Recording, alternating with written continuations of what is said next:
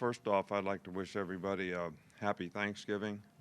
I think this is a wonderful holiday for all of us to have gratitude for all that we have. I know we spend a lot of time thinking about the things that we don't have or the things that we want, but sometimes we got to reflect on all the things that we have: our health, our happiness, our family, the relationships that we have. All those things are really, really important, and this is a great holiday for everybody to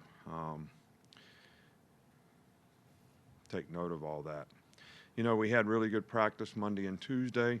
I think the message to the players, is, you're practicing to prepare yourself so that you can go play, a really good game. And then the question is what are you willing to do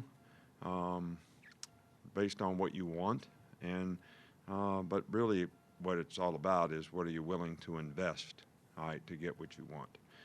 Invest in yourself, as a player, create value for yourself, invest in your team, how you finish the season, the kind of goals and aspirations that we have as a team, and how much does that mean to you, and what are you willing to invest to be able to try to get that. So I think a lot of it has to do with mindset and having the right mindset about what you do on a daily basis so you can prepare to do that.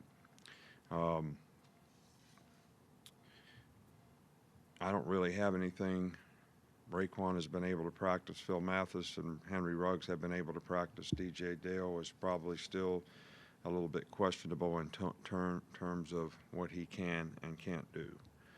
Tomorrow we just move everything up an hour, so we get finished with practice an hour earlier, and the players can, go someplace either with their family if that's possible, or, a lot of players come to my house. I think we had 30 players at my house last year, and they go to the coaches' houses, but we make sure everybody's got somewhere to have, a great Thanksgiving dinner, and then we'll have a team Thanksgiving dinner here on Thursday at noon, when we sort of get, on Friday when we, get back to getting ready to go to Auburn. With this being Mac's first true road game in a place like Auburn, how important is it for him to stay both calm and confident when and if adversity does hit in the game? Well, I don't think there's any question about that. I think, high anxiety is not going to help your performance any. Staying in the right place, being confident, and that comes with good preparation. Experience is something that he's gotten in a couple games, and he's going to get some experience in this game too against a very good defensive team. So, but I think it's really important that the players around him play well, because that's going to help his confidence, because maybe then he can have a little success, which is always a good thing, especially early on. Auburn's been very successful in the red zone. What have you seen that's allowed them to do that, and how do you kind of stop them? Offensively? Yeah. Well, they do a really good job of running the ball, and they use Wildcat and a lot of different other formations, and I think teams that can run the ball effectively, are very difficult to stop in the red zone. So I think that's one of the things that they've always done really, really well. It's what they believe in. It's what they do. And, we have a lot of respect for their ability to throw the ball, and they've made plays passing as well. But I think because you got to stop the run, that enhances those opportunities too.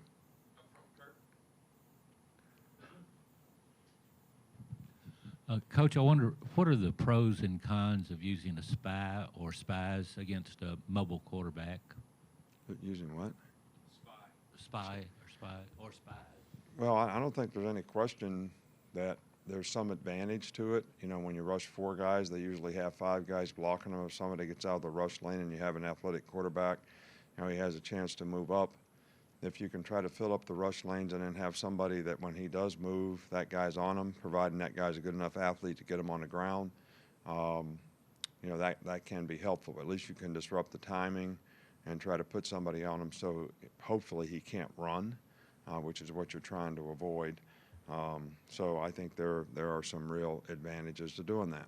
Now, obviously, you're giving up a rusher, when you do that. So maybe you don't get quite as good a pressure, but it's important that you try to design those things where somebody has a chance to break the pocket, So you at least make the quarterback move off the spot early in the down, so the extra guy becomes a fourth rusher. Hey, Coach. How do you prepare for two very good defensive ends that Auburn have for Derek Brown and Marlon Davison? Well, you know, I mean, those guys are outstanding players. They're hard to block. That's what makes them outstanding players. They both can, you know, rush the passer very well. They got great size. They got really good initial quickness. They play with power.